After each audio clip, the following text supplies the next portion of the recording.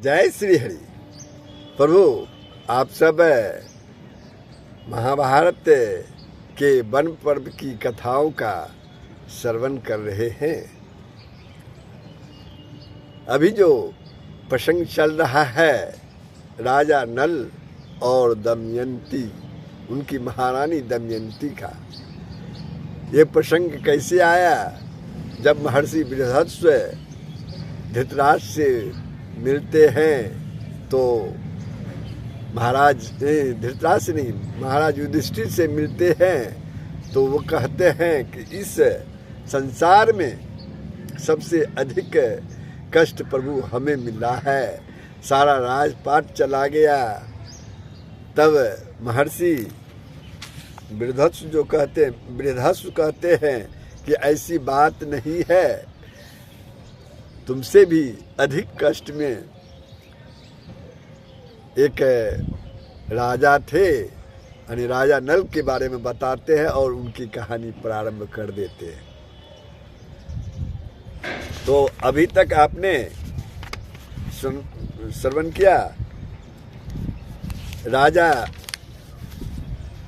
नल के बारे में कि नल दमयंती की कथा जो अभी चल ही रहा है। फर्स्ट में दमयंती का स्वयंवर और विवाह, उसके बाद आपने कलयुग का दुर्भाव, जुए में नल का हारना और नगर से निर्वासन, नल का दमयंती को त्यागना, राजा नल का दमयंती को त्यागना, दमयंती को संकटों से बचते हुए दिव्य ऋषियों के दर्शन और राजा सुबाहु के महल में निवास, ये प्रसंग था। अब आज का जो प्रसंग है वो प्रसंग है नल का रूप बदलना, राजा नल का रूप बदलना, ऋतु पर्ण के यहाँ सारथी होना, भीमक के द्वारा नल दमयंती की खोज और दमयंती का मिलना,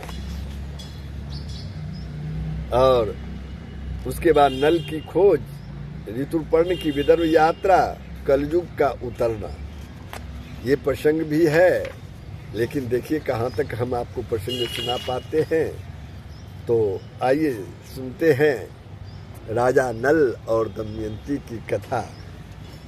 तो आइए, नल का रूप बदलना, राजा नल का रूप बदलना, ऋतुपर्ण के यहाँ सारथी होना और भीमक के द्वारा नल दमयंती की खोज और दमयंती का मिलना। ये तो कहानी सुना रहे हैं महर्षि बृहस्पति जी, किनको? युधिष्ठिर को। तो कहते हैं बृहस्पति जी, हे युधिष्ठिर, जिस समय राजा नल दमयंती को सोता छोड़कर आगे बढ़े, उस समय वन में दावाग्नि लग रही थी, वन में दावाग्नि लग रही थी। नल कुछ ठिठक गए, उसके कानों में आवाज आई, राजा नल शीघ्र दौड़ो, मुझे बचाओ। राजा नल जब दमयंती को छोड़कर आगे बढ़े तो जंगलों में आग लगी हुई थी, यानी दावाग्नि लगी हुई थी, और उनके राजा नल के कानों में यह आवाज पड़ी कि राजा नल शीघ्र दौड़ो, मुझे बचाओ। तब नल ने कहा, डरो नहीं। वे दौड़कर दावानल में घुस गए और देखा नागराज कारकोटक कुंडली बांधकर पड़ा हुआ है वहां। उसने हाथ जोड़कर नल से कहा, राजन, मैं करकोटक नाम का सर्प हूं। मैंने तेजस्वी ऋषि नारद को धोखा दिया था। उन्होंने शाप दिया था, जब तक राजा नल तुम्हें न उठावे तब तक यहीं पड़ा रह।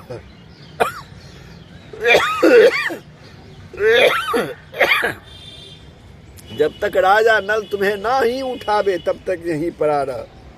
उसके उठाने पर तू शाप से मुक्त हो जाएगा, शाप से छूट जाएगा। और उनके शाप के कारण मैं यहाँ से एक पग भी हट बढ़ नहीं सकता। तुम शाप से मेरी रक्षा करो, मैं तुम्हें हित की बात बताऊंगा और तुम्हारा मित्र बन जाऊंगा। मेरे भार से डरो मत, मैं अभी हल्का हो जाता हूँ। वह अंगूठे के बराबर हो गया। नल उसे उठाकर दावानल से बाहर ले आए। ककोटक सर्प ने कहा, राजन तुम अब मुझे पृथ्वी पर न डालो, राजन तुम अब मुझे पृथ्वी पर न डालो, कुछ पगों तक गिनती करते हुए चलो। राजा नल ने ज्यों ही पृथ्वी पर 10वां पग डाला और कहा 10, त्यों ही कर्कोटक नाग ने उन्हें डस लिया। उसका नियम था कि जब कोई 10 अर्थात 10 कहता तभी वह डसता, अन्यथा नहीं। कर्कोटक के डसते ही नल का पहला रूप बदल गया और कर्कोटक अपने रूप में हो गया। आश्चर्यचकित नल ने उनसे कहा, राजन तुम्हें कोई पहचान न सके इसलिए मैंने तुम्हारा रूप बदल दिया है। कलयुग ने तुम्हें बहुत ही दुख दिया है, अब मेरे विष से वह तुम्हारे शरीर में बहुत दुखी रहेगा। तुम मेरी रक्षा की है, अब तुम्हें हिंसक पशु पक्षी शत्रु ब्रह्म वेताओं से भी कोई भय नहीं रहेगा। अब तुम पर किसी भी विष का प्रभाव नहीं पड़ेगा और युद्ध में सर्वदा तुम्हारी जीत होगी। कर्कोटक सर्प ने राजा नल को कहा। कर्कोटक सर्प ने राजा नल को कहा, अब तुम अपना नाम बाहुक रख लो और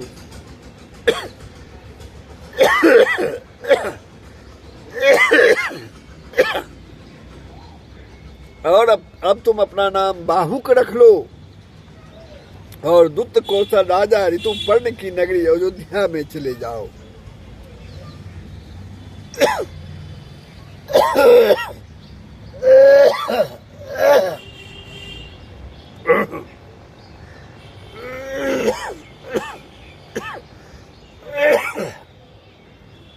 क्षमा कीजिएगा, तबीयत गड़बड़ है।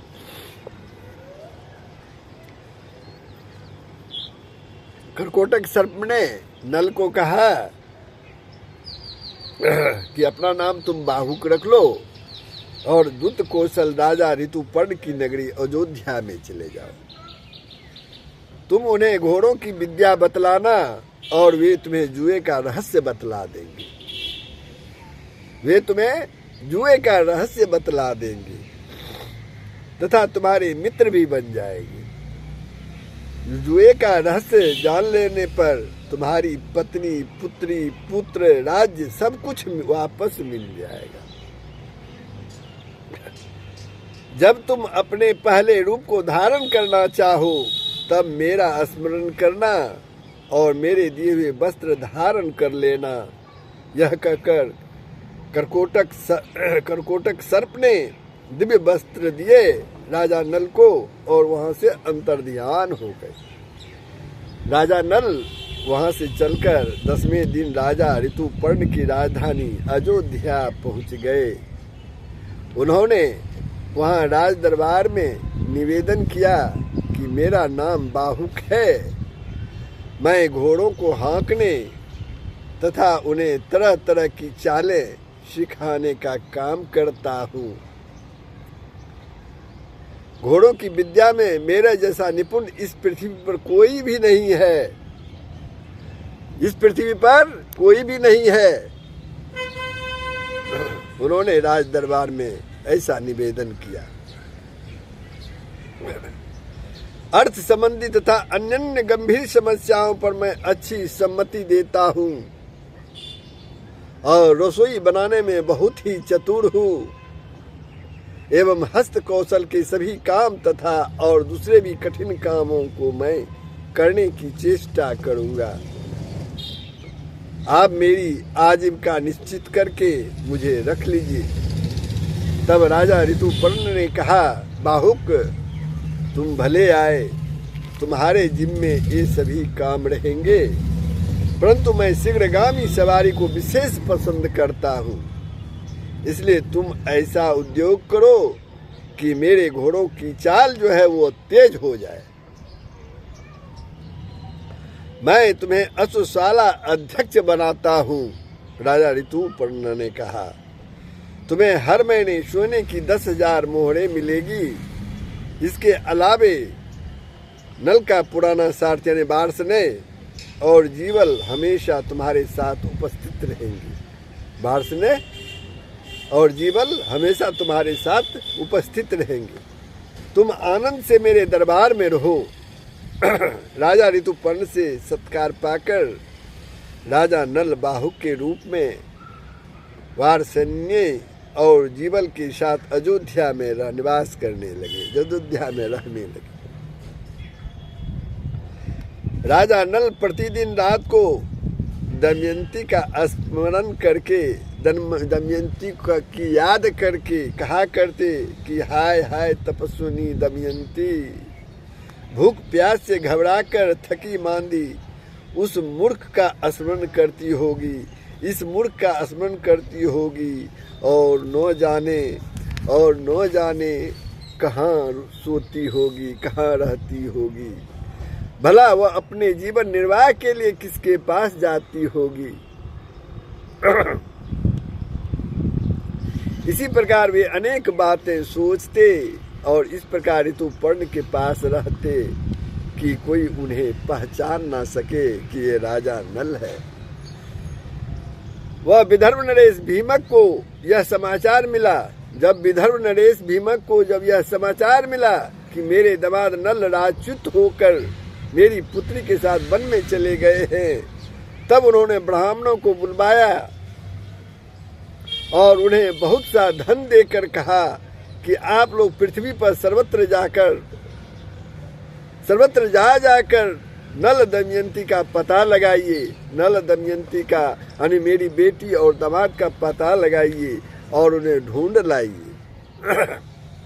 जो ब्राह्मण यह काम पूरा कर लेगा उसे 1 सहस्र गायें और जागीर दी जाएगी। यदि आप लोग उन्हें ला न सके तो केवल पता ही लगा लावे तो भी 10,000 गायें दी जाएगी।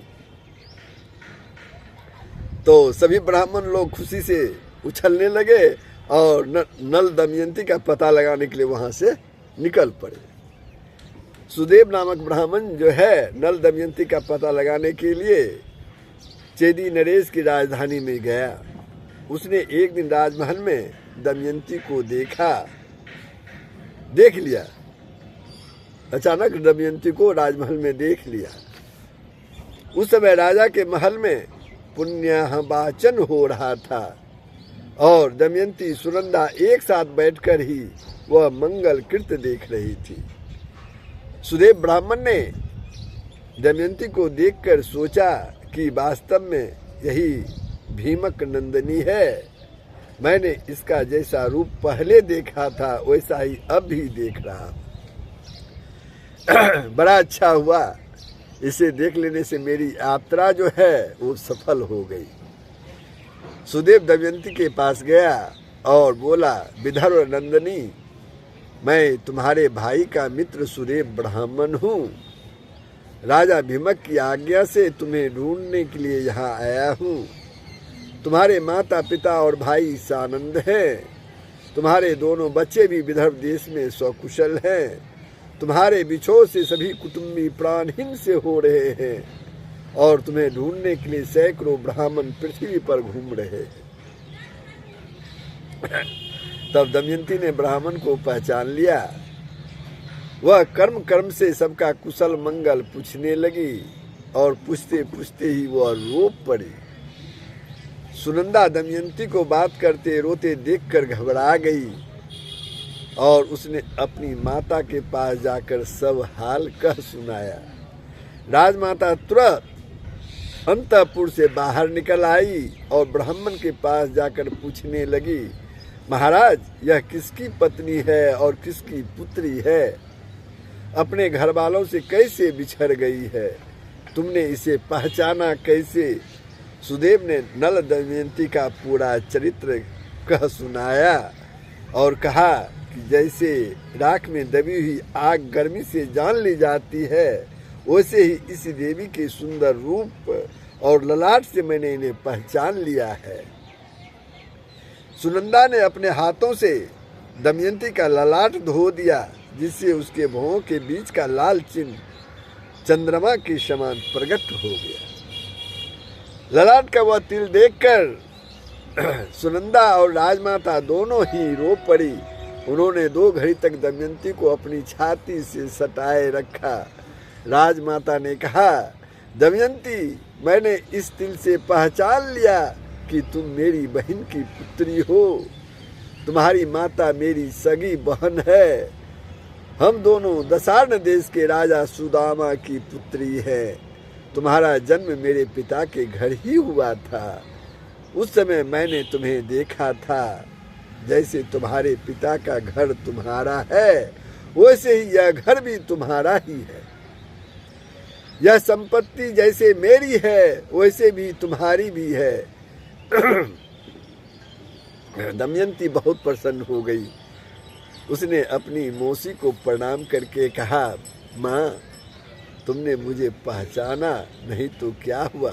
मैं रही हूँ यहाँ लड़की की ही तरह।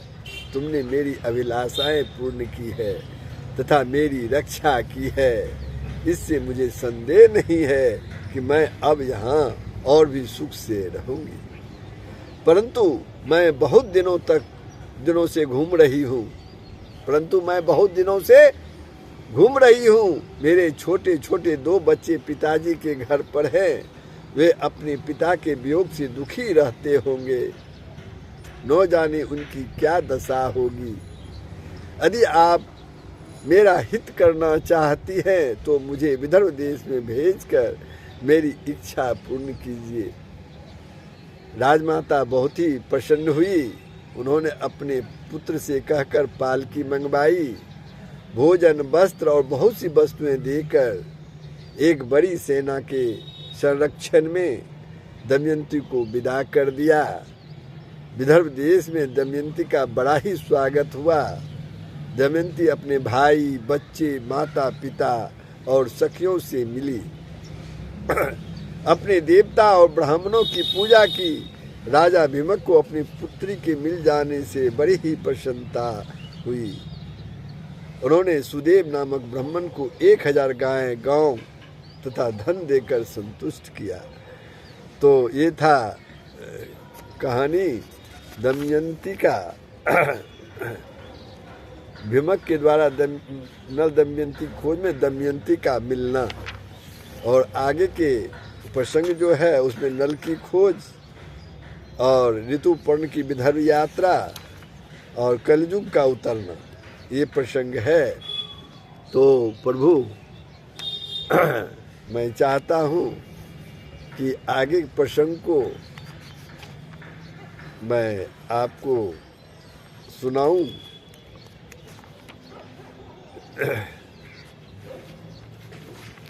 तो कोशिश करता हूँ, देखें सुना पाता हूँ कि नहीं। नल की खोज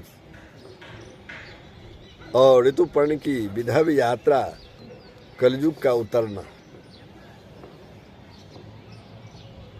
अपने पिता के घर, दमयंती अपने पिता के घर एक दिन विश्राम करके अपनी माता से कहा कि माताजी, मैं आपसे सत्य कहती हूँ, यदि आप मुझे जीवित रखना चाहती हैं तो मेरे पतिदेव को ढूंढवाने का प्रयास कीजिए।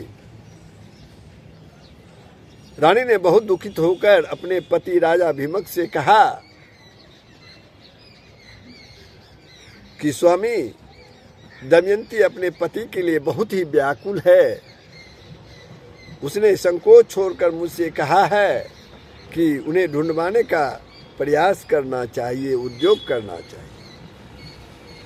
राजा ने अपने आश्रित ब्राह्मणों को बुलवाया और नल को ढूंढने के लिए उन्हें नियुक्त कर दिया। राजा नल को ढूंढने के लिए उन्हें नियुक्त कर दिया। ब्राह्मणों ने दमयंती के पास जाकर कहा कि हम राजा नल का पता लगाने के लिए जा रहे हैं। दमयंती ने ब्राह्मणों से कहा, आप लोग जिस राज्य में जाएं, वहाँ मनुष्यों की भीड़ में यह बात कहें कि मेरे प्यारे छलिया, तुम मेरी साड़ी में से आधी फाड़ कर तथा मुझ दासी को वन में सोती छोड़कर कहाँ चले गए। दमयंती जो है ब्राह्मणों को ऐसा करने के लिए कहती है।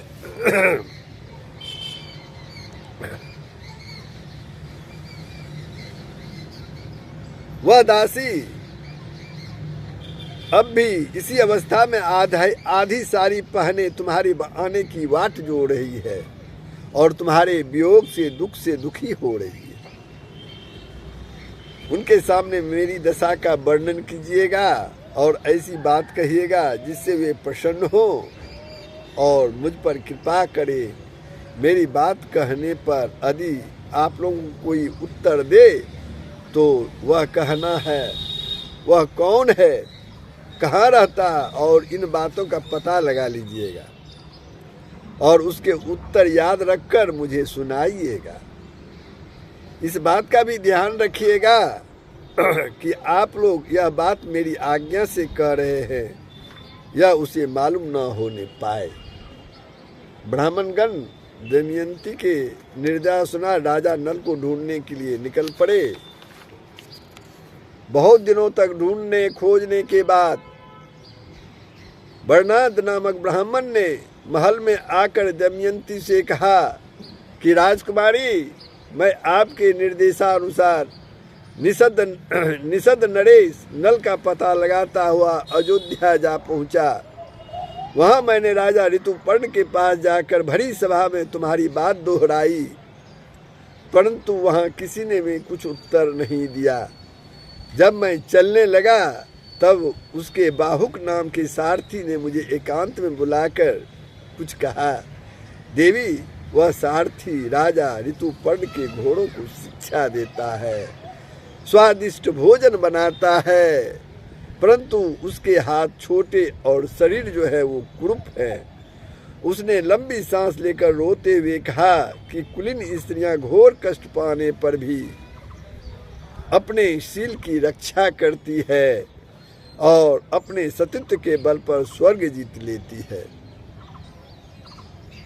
कभी उनका पति जो है उन्हें त्याग भी दे तो भी क्रोध नहीं करती, अपने सदाचार की रक्षा करती है।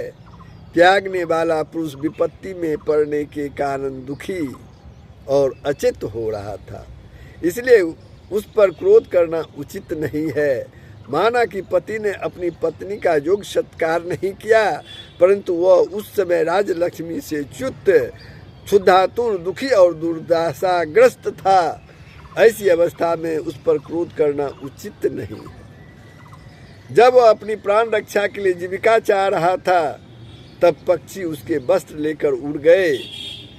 उसके हृदय की पीड़ा असहज थी। राजकुमारी, बाहुक की यह बात सुनकर मैं तुम्हें सुनाने के लिए आया हूँ। तुम जैसा उचित समझो करो, चाहो तो महाराज से भी कह दो। ब्राह्मण की बात सुनकर दमयंती की आंखों में आंसू भर आए। उसने अपनी माँ से एकांत में कहा कि माता जी, आप यह बात पिताजी से न कहें। मैं सुदेव ब्राह्मण को इस काम में नियुक्त करती हूँ। जैसे सुदेव ने मुझे शुभ मुहूर्त में यहाँ पहुँचाया था, वैसे ही वह शुभ शकुन देखकर अयोध्या जाए और मेरे पतिदेव को लाने की युक्ति करे। उसके बाद दमयंती प्रणाद का सत्कार करके उसे विदा किया और सुदेव को बुलाया। दमयंती ने सुदेव से कहा, ब्राह्मण देवता, आप शीघ्र अयोध्या नगरी जाकर राजा ऋतुपर्ण से यह बात कहिए कि भीमक पुत्री दमयंती फिर से स्वयंवर में स्वेच्छा अनुसार पति वरण करना चाहती है। बड़े बड़े राजा और राजकुमार जा रहे हैं। स्वयंवर की तिथि कल ही है, इसलिए यदि आप पहुंच सके तो वहां जाइए। नल के जीने अथवा मरने का किसी को पता नहीं है, इसलिए वह कल सूर्योदय के समय दूसरा पति वरण करेगी। दमयंती की बात सुनकर सुदेव अयोध्या गए और उन्होंने राजा ऋतुपर्ण से सब बातें कह दी। राजा ऋतुपर्ण ने सुदेव ब्राह्मण की बात सुनकर बाहुक को बुलाया और मधुर वाणी से समझाकर कहा कि बाहुक, कल दमयंती का स्वयंवर है। मैं एक ही दिन में विदर्भ देश पहुंचना चाहता हूँ, परंतु यदि तुम इतना जल्दी वहां पहुंच जाना संभव समझो तभी मैं वहां जाऊंगा। ऋतुपर्ण की बात सुनकर नल का कलेजा फटने लगा। उन्होंने अपने मन में सोचा, दमयंती ने दुख से अचेत होकर ही ऐसा कहा होगा।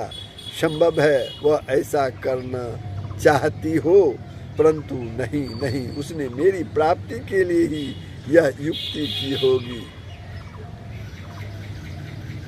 वह पतिव्रता, तपस्विनी और दीन है। मैंने दुर्बुद्धि बस उसे त्याग कर बड़ी ही क्रूरता की। अपराध मेरा है, वह कभी ऐसा नहीं कर सकती। अस्तु, सत्य क्या है, असत्य क्या है, यह बात तो वहां जाने पर ही मालूम होगी, परंतु ऋतुपर्ण की इच्छा पूरी करने में मेरा भी स्वार्थ है। बाहुक ने हाथ जोड़कर कहा, मैं आपके कथनानुसार काम करने की प्रतिज्ञा करता हूँ। बाहुक अश्वशाला में जाकर श्रेष्ठ घोड़ों की परीक्षा करने लगे। नल ने अच्छी जाति के 4 शीघ्रगामी घोड़े रथ में जोत लिए। राजा ऋतुपर्ण रथ पर सवार हो गए।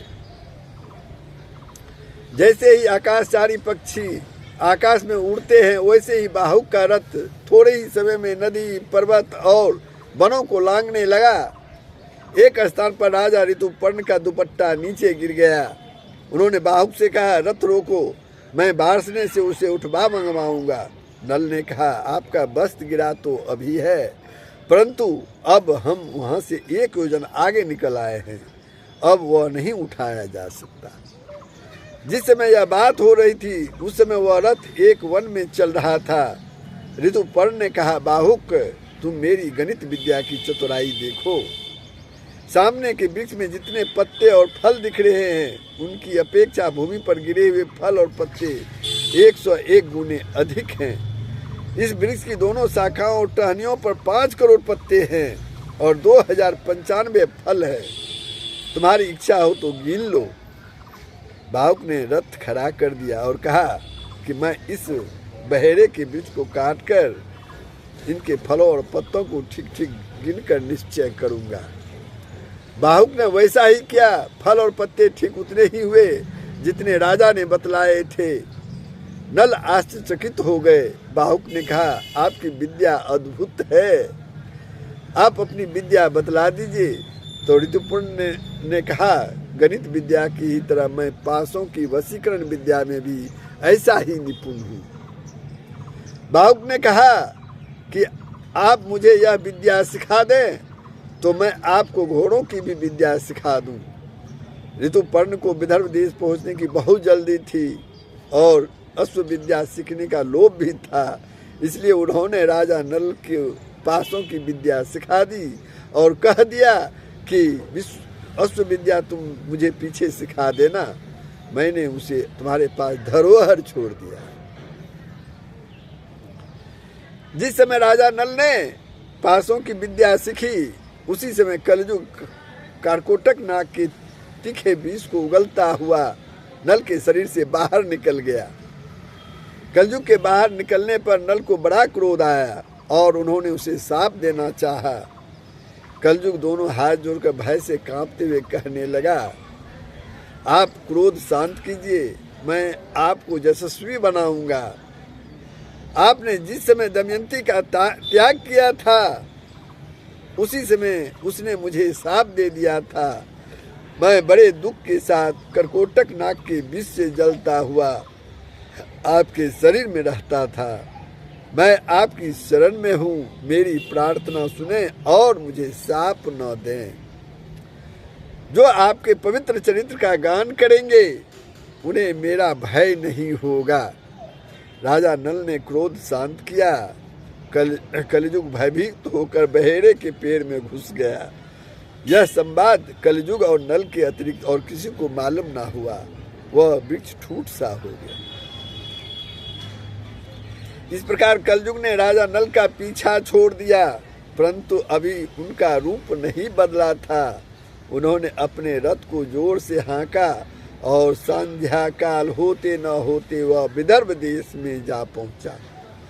राजा भीमक के पास समाचार भेजा गया। उन्होंने ऋतुपर्ण को अपने यहाँ बुला लिया। ऋतुपर्ण रथ की झंकार से दिशाएं गूंज उठी। कुंडी नगर में राजा नल के वे घोड़े भी रहते थे। राजा नल के वे घोड़े भी रहते थे जो उनके बच्चे जो लेकर के आए थे। रथ की गड़गड़ाहट से उन्होंने राजा नल को पहचान लिया और वे पूर्ववत प्रसन्न हो गए। दमयंती को भी यह आवाज वैसी ही जान पड़ी। दमयंती कहने लगी कि इस रथ की घड़घड़ाहट मेरे चित्त में उल्लास पैदा करती है। अवश्य ही इसको हाँकने वाला मेरा पतिदेव है।